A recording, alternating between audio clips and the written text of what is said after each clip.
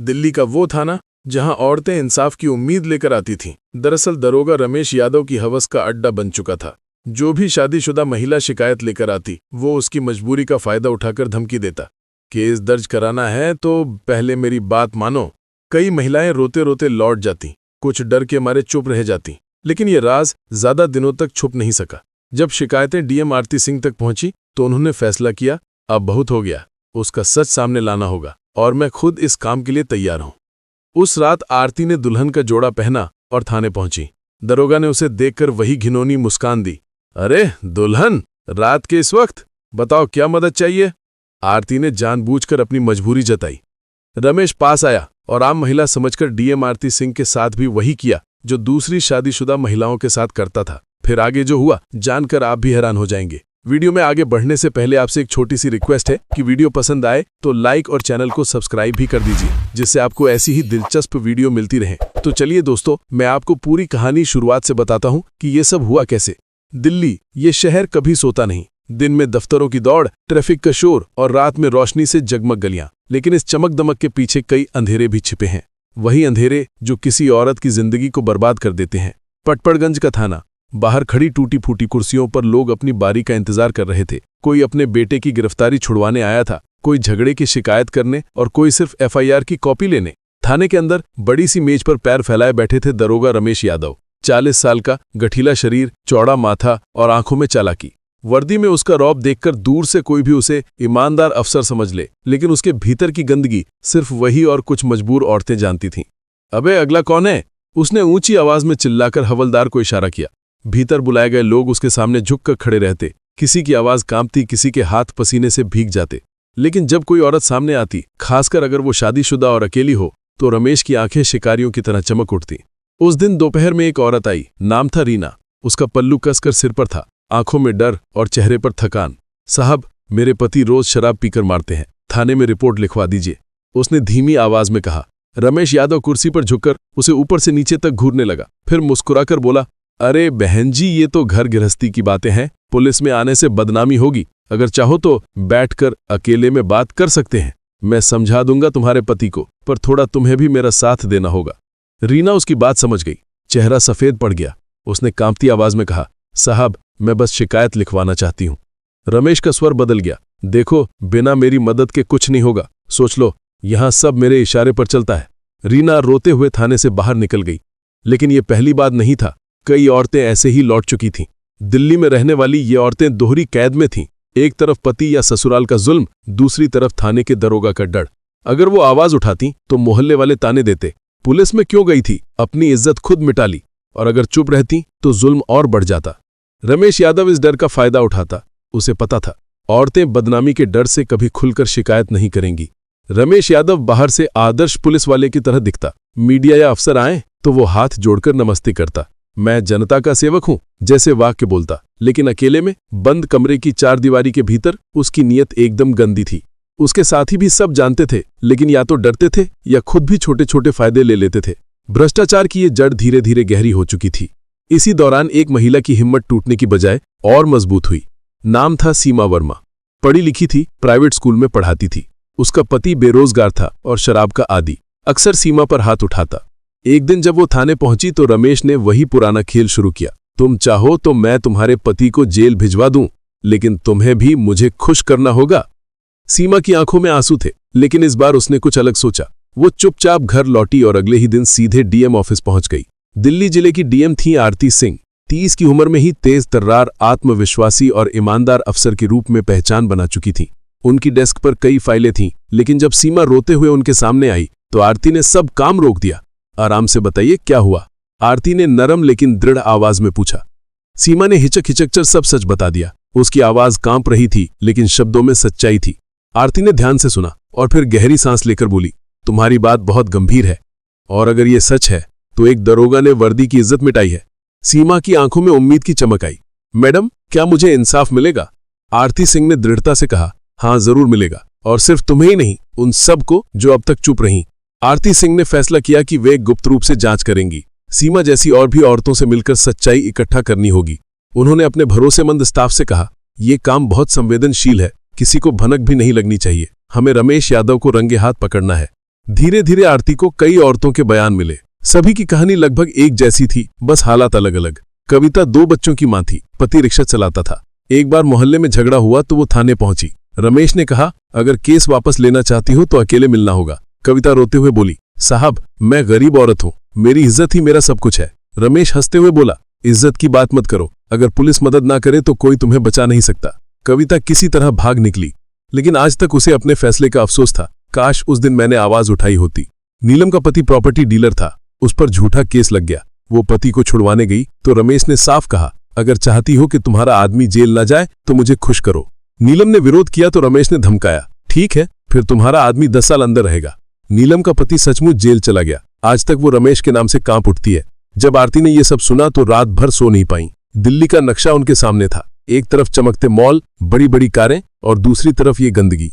उन्होंने डायरी में लिखा, वर्दी का मतलब सुरक्षा है, डर नहीं। अगर पुलिस ही औरतों का शोषण करेगी तो समाज कैसे जिंदा रहेगा।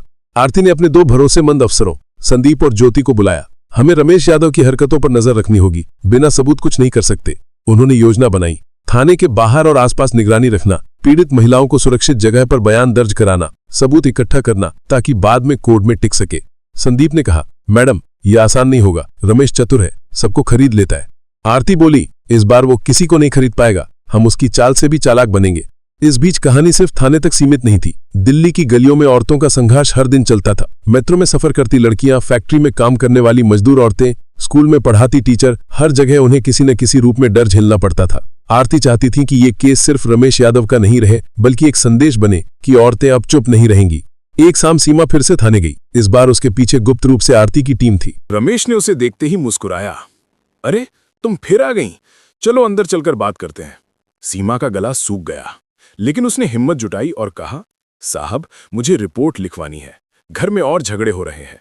रमेश ने फिर वही बात दोहराई, अकेले में बात करेंगे तो सब ठीक हो जाएगा। आरती की टीम ने बाहर से ये सब रिकॉर्ड कर लिया। अब उनके पास सबूत था, दरोगा का असली चेहरा। आरती ने सोचा कि अब वक्त आ गया है, लेकिन वो चाहती थी कि पर्दाफाश ऐसा हो कि पूरे दिल्ली में गूंजे। उन्होंने अपनी डायरी में लिखा, मैं इस दरोगा का सच उसी के अड्डे पर उजागर करूंगी, और वो भी ऐसे कि हर महिला देखे और सीखे कि डरना नहीं है। उनके दिमाग में एक अनोखी योजना बनने लगी। दुल्हन के जोड़े में जांच। रात गहरी हो रही थी। दिल्ली की सड़कों पर गाड़ियां दौड़ रही थीं, लेकिन डीएम आरती सिंह की खिड़की की बत्ती अब भी जल रही थी। वो अकेली बैठी थीं, हाथ में एक लाल रंग का दुपट्टा पकड़े हुए। शायद वही दुपट्टा जो उन्हें जल्द ही एक नई पहचान देने वाला था। उनके होंठों पर हल्की मुस्कान थी और आंखों में अटूट दृढ़ता। उन्होंने खुद से कहा, अब वर्दी की आड़ में शैतानियत का खेल खत्म होगा, औरतें अब डरेंगी नहीं। डीएम ऑफिस की बैठक कक्ष में रात का सन्नाटा था। आरती सिंह ने अपने सबसे भरोसेमंद अफसरों संदीप और ज्योति को बुलाया। टेबल पर दिल्ली का नक्शा फैला हुआ था और बगल में कुछ फाइलें रखी थीं। आरती ने कहा, अब वक्त आ गया है, हम रमेश यादव को उसके ही अड्डे पर रंगे हाथ पकड़ेंगे। संदीप ने कहा, मैडम वो चालाक है, हर बार बच निकलता है, बिना ठोस सबूतों के कुछ करना मुश्किल होगा। आरती मुस्कुराते हुए बोली, ठोस सबूत ही तो इकट्ठा करने हैं, और इसके लिए हमें उसकी गंदी नीयत को सामने लाना होगा। उन्होंने लाल रंग का दुपट्टा उठाया और बोली, मैं खुद दुल्हन का रूप धारण करूंगी, शिकायत लेकर थाने जाऊंगी और वहीं उसका सच सामने आएगा। संदीप और ज्योति हक्के बक्के रह गए। ज्योति ने कहा, मैडम ये बहुत खतरनाक है, अगर उसने आपको पहचान लिया तो? आरती ने कहा, तो मुझे औरतों की तरह वही डर झेलना होगा जो वे झेलती हैं। फर्क सिर्फ इतना होगा कि मैं डरकर भागूंगी नहीं। अगले कुछ दिनों तक टीम ने बारीकी से योजना बनाई। थाने के बाहर गुप्त कैमरे लगाए गए। कुछ सिपाहियों को चुपचाप विश्वास में लिया गया। सीमा और बाकी महिलाओं को सुरक्षित जगह पर रखा गया। आरती ने खुद दुल्हन का जोड़ा मंगवाया, लाल रंग की साड़ी, माथे पर बिंदी, गले में मंगलसूत्र। आईने के सामने खड़ी होकर उन्होंने खुद को देखा। वो सचमुच किसी नई नवेली दुल्हन जैसी लग रही थी, लेकिन उनके दिल में तूफान था। क्या मैं वाकई ऐसा कर पाऊंगी? क्या ये सही तरीका है? फिर उन्होंने अपने मन को मजबूत किया, हाँ यही सही है। जब तक मैं खुद नहीं उतरूंगी, रमेश यादव को पकड़ना नामुमकिन है। उस दिन दिल्ली की गलियों में एक अलग ही चहल पहल थी। शादी का मौसम था, हर गली में बैंड बाजे की आवाजें गूंज रही थीं। ऐसे माहौल में दुल्हन के जोड़े में अगर कोई महिला थाने पहुंचती तो किसी को शक भी नहीं होता। गाड़ी धीरे धीरे थाने के बाहर रुकी। आरती सिंह का दिल जोर जोर से धड़क रहा था। उन्होंने हाथों से पल्लू खींचकर चेहरा ढक लिया। संदीप ने खिड़की से झांक कर कहा, मैडम, हम बाहर ही रहेंगे। अंदर जाते ही आप अकेली होंगी, सावधान रहिएगा। आरती ने सिर हिलाया और गहरी सांस ली। थाने के दरवाजे से अंदर जाते ही वहां की वही पुरानी बदबू, पसीने, धुएं और बासी फाइलों की। सिपाही ने दुल्हन को देखकर चौंक कर पूछा, अरे बहन जी, आप यहां? कोई केस है क्या? आरती ने धीमी आवाज में कहा, हाँ, शिकायत लिखवानी है। सिपाही ने तुरंत दरोगा रमेश यादव के कमरे की ओर इशारा किया। आरती के कदम भारी थे, लेकिन आंखों में आग जल रही थी। दरवाजे पर दस्तक हुई। अंदर से आवाज आई, आओ। आरती धीरे से अंदर गई। रमेश यादव ने सामने खड़ी लाल जोड़े वाली औरत को देखकर भौएं उठाईं। उसकी आंखों में वही पुरानी शिकारी चमक आ गई। रमेश कुर्सी पर पीछे झुकते हुए बोला, अरे अरे, नई नवेली दुल्हन, बताइए बहन जी, कैसी शिकायत है? आरती ने सिर झुकाकर धीमी आवाज में कहा, साहब, ससुराल वाले परेशान करते हैं, पति भी नारते हैं, मदद चाहिए। रमेश कुर्सी से उठकर उसके पास आया। उसने दरवाजा धीरे से बंद कर दिया। फिर धीमे स्वर में बोला, देखो, तुम्हें डरने की जरूरत नहीं है, मैं सब संभाल लूंगा। लेकिन तुम्हें भी मेरा साथ देना होगा। अकेले में बात करेंगे तो मसला हल हो जाएगा। आरती का खून खौल रहा था, लेकिन उन्होंने खुद को रोका। वो चाहती थी कि रमेश अपनी गंदी नीयत पूरी तरह उजागर करे। रमेश आगे बढ़ा और बोला, इतनी सुंदर दुल्हन को देखकर तो कोई भी पिघल जाए। चलो अंदर बैठकर आराम से बात करते हैं। तभी अचानक आरती ने पल्लू हटाया। चेहरे पर तेज चमक और आंखों में आग। रुक जाओ दरोगा रमेश यादव। रमेश वहीं ठिठक गया। कुछ पल के लिए उसे कुछ समझ नहीं आया। आरती ने जोर से कहा, मैं दिल्ली जिले की डीएम आरती सिंह हूं और आज मैंने तुम्हें रंगे हाथ पकड़ लिया है। रमेश का चेहरा सफेद पड़ गया। उसके होंठ कांपने लगे। मैडम, आप ये तो। आरती ने बीच में ही टोक दिया, चुप, अब और कोई बहाना नहीं चलेगा। तुम्हारी हरकतों की शिकायतें महीनों से मेरे पास आ रही थीं। आज तुम्हारा सच पूरी दिल्ली देखेगी। बाहर खड़े संदीप और ज्योति तुरंत कमरे में घुसे। कैमरे चालू थे, हर पल रिकॉर्ड हो रहा था। आरती ने ऊंची आवाज में कहा, लोगों को लगता है कि वर्दी सुरक्षा का प्रतीक है, लेकिन तुमने इसे औरतों के डर और मजबूरी का औजार बना दिया। अब तुम्हें इसका हिसाब देना होगा। थाने के बाकी सिपाही भी जमा हो गए। कुछ के चेहरे पर शर्म थी, कुछ के चेहरे पर राहत, क्योंकि वो भी जानते थे कि रमेश की करतूतें अब तक सबको बदनाम कर रही थीं। आरती ने आदेश दिया, दरोगा रमेश यादव को तुरंत हिरासत में लो और निलंबन की कार्यवाही अभी से शुरू करो। सिपाहियों ने आगे बढ़कर रमेश के हाथ से बैज और रिवॉल्वर छीन लिए। उसकी आंखों में बेबसी थी। रमेश गिड़गिड़ाते हुए बोला, मैडम, मुझसे गलती हो गई, मुझे माफ कर दीजिए। आरती ने कड़क स्वर में कहा, गलती, ये गलती नहीं, गुनाह है, और इस गुनाह की सजा तुम्हें जरूर मिलेगी। कुछ ही घंटों में खबर पूरे इलाके में फैल गई। थाने के बाहर भीड़ जमा हो गई। सीमा, कविता, नीलम, वो सब औरतें भी आईं जिन्हें रमेश ने कभी डराया था। उनकी आंखों में पहली बार डर नहीं बल्कि साहस था। सीमा ने कहा, मैडम, आपने हमें आवाज दी। आज लगता है कि औरतें सचमुच अकेली नहीं हैं। आरती मुस्कुराई और बोली, यही तो संदेश देना था। डर खत्म होता है जब कोई आवाज उठाता है। अब आप सबको अपनी आवाज खुद बननी होगी। रात को टीवी चैनलों पर यही खबर चल रही थी। दिल्ली की डीएम ने दुल्हन का रूप धारण कर किया दरोगा का पर्दाफाश। शादीशुदा महिलाओं का शोषण करने वाला दरोगा रमेश यादव सस्पेंड। आरती सिंह ऑफिस की खिड़की से बाहर देख रही थीं। दिल्ली की रोशनी में उन्हें एक नई उम्मीद दिखाई दे रही थी। उन्होंने मन ही मन कहा, ये तो बस शुरुआत है, असली लड़ाई अब शुरू होगी। दरोगा रमेश यादव को जब थाने से हथकड़ी लगाकर निकाला गया तो गली मोहल्लों में खलबली मच गई। कभी वही लोग जो उसकी रौबदार चाल पर सिर झुका लेते थे, आज खुलेआम कह रहे थे, अरे देखा, आखिरकार इसकी करतूतें सामने आ ही गई। कितने सालों से औरतों का जीना हराम कर रखा था इसने।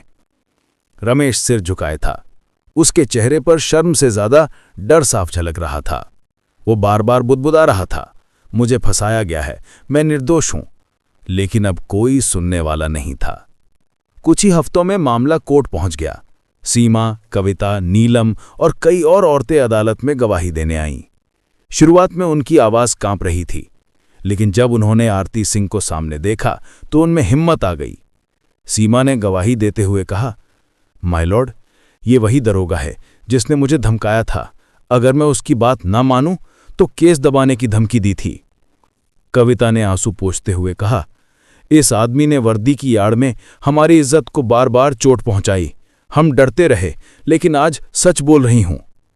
जज ने गंभीर स्वर में टिप्पणी की, वर्दी समाज की रक्षा का प्रतीक है, न कि डराने और शोषण करने का औजार। ऐसे अधिकारियों के लिए अदालत का रुख सख्त होगा। आरती कोर्ट के बाहर मीडिया से घिरी हुई थीं। पत्रकारों ने सवाल दागे, मैडम, क्या ये एक अकेले दरोगा का मामला है या सिस्टम की नाकामी भी है? आरती ने दृढ़ता से कहा, यह सिर्फ एक दरोगा की कहानी नहीं है। ये चेतावनी है कि अगर कोई भी अफसर अपनी सीमा पार करेगा तो उसके खिलाफ सख्त कदम उठाया जाएगा। अब औरतें चुप नहीं रहेंगी। उनके इस बयान ने पूरे दिल्ली में हलचल मचा दी। धीरे धीरे कई महिलाएं आगे आने लगीं। किसी ने घरेलू हिंसा की शिकायत की, किसी ने कार्यस्थल पर शोषण का मामला उठाया। अब वो अकेली नहीं थीं, क्योंकि उन्हें विश्वास था कि उनके पीछे डीएम आरती सिंह जैसी महिला खड़ी है। दिल्ली के कॉलेजों, मोहल्लों और बाजारों में चर्चा होने लगी। देखा, औरतें भी चाहें तो दरोगा जैसे ताकतवर को गिरा सकती हैं। अब वक्त आ गया है कि हम भी आवाज उठाएं। आरती सिंह ने इस मौके को एक बड़े अभियान में बदल दिया। उन्होंने महिला संगठनों के साथ मिलकर आवाज उठाओ नाम का कार्यक्रम शुरू किया। हर थाना परिसर में महिला हेल्प डेस्क बनाई गई। शिकायत दर्ज करने के लिए महिलाओं को अलग सुरक्षित कमरा दिया गया। महिला पुलिसकर्मियों की संख्या बढ़ाई गई। हर गली मोहल्ले में जागरूकता कैंप लगाए गए। आरती खुद कई जगह गईं और मंच से बोली, बहनों, डरने का समय खत्म हुआ। अगर कोई भी आपका शोषण करने की कोशिश करे तो बिना डरे पुलिस, प्रशासन और अदालत का दरवाजा खटखटाइए। अब समाज बदलेगा, क्योंकि आप बदल रही हैं। भीड़ से जोरदार तालियां गूंज उठीं। कई महीनों की सुनवाई के बाद अदालत ने फैसला सुनाया। दरोगा रमेश यादव को सेवा से बर्खास्त किया जाता है। साथ ही महिला शोषण और पद के दुरुपयोग के अपराध में कठोर सजा दी जाती है। रमेश के चेहरे पर हवाइयां उड़ रही थीं। कभी जो खुद लोगों को हथकड़ी पहनाता था, आज वही कैदी बन गया। रमेश यादव की गिरफ्तारी और सजा एक मिसाल बन गई। दिल्ली की गलियों में अब औरतें थोड़ी ज्यादा बेखौफ चलने लगीं। थानों में महिला हेल्प डेस्क पर रोज नई शिकायतें आने लगीं। सीमा ने स्कूल में लड़कियों से कहा, बेटियों, हमेशा याद रखना, चुप रहना सबसे बड़ा गुनाह है। आवाज उठाओ, चाहे सामने कितना भी बड़ा आदमी क्यों ना हो। कविता ने मोहल्ले में अन्य महिलाओं के साथ महिला सुरक्षा समूह बनाया। नीलम ने जेल में बंद अपने पति को छुड़ाने के लिए कानूनी लड़ाई लड़ी और जीत हासिल की। एक शाम दिल्ली के इंडिया गेट पर महिला सुरक्षा रैली आयोजित हुई। हजारों महिलाएं इकट्ठी थीं। बैनर पर लिखा था, अब चुप्पी नहीं होगी, आवाज होगी। मंच पर आरती सिंह खड़ी थीं। उन्होंने भीड़ को संबोधित किया, बहनों और भाइयों, ये लड़ाई सिर्फ महिलाओं की नहीं है, ये समाज की लड़ाई है। हमें ऐसा देश बनाना है जहां कोई भी औरत पुलिस, अदालत या समाज से डरकर चुप ना रहे। भीड़ से एक स्वर उठा, हम डरे नहीं हैं। आरती की आंखों में चमक थी। उन्होंने आसमान की ओर देखा और मन ही मन कहा, आज वर्दी का असली सम्मान लौट आया है। दोस्तों, उम्मीद करता हूं हमारा ये वीडियो आपको पसंद आया होगा। दोस्तों, हमारी राय है कि हमारे देश की हर एक महिला को जागरूक और निडर होना चाहिए। अगर आप भी चाहते हैं कि देश की हर एक महिला जागरूक और निडर बने, तो इस वीडियो को शेयर कीजिए, जिससे हर एक महिला अन्याय के खिलाफ आवाज उठा सके। दोस्तों, आपके क्या विचार हैं? कृपया अपने विचार और डीएम आरती सिंह की कौन सी बात आपको ज्यादा अच्छी लगी, कमेंट में जरूर बताएं।